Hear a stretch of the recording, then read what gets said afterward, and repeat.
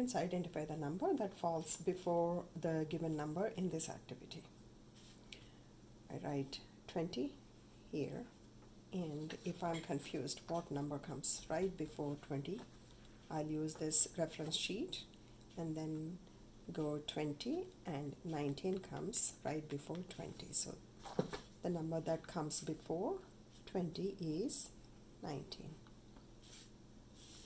29, 28, 16, 15, 80, 79, 50, 49,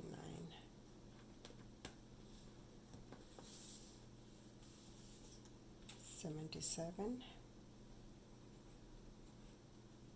76. Directions help students to work on this activity independently.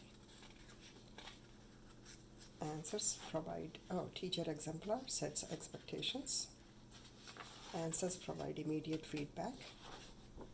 And reference chart can be used as and when needed.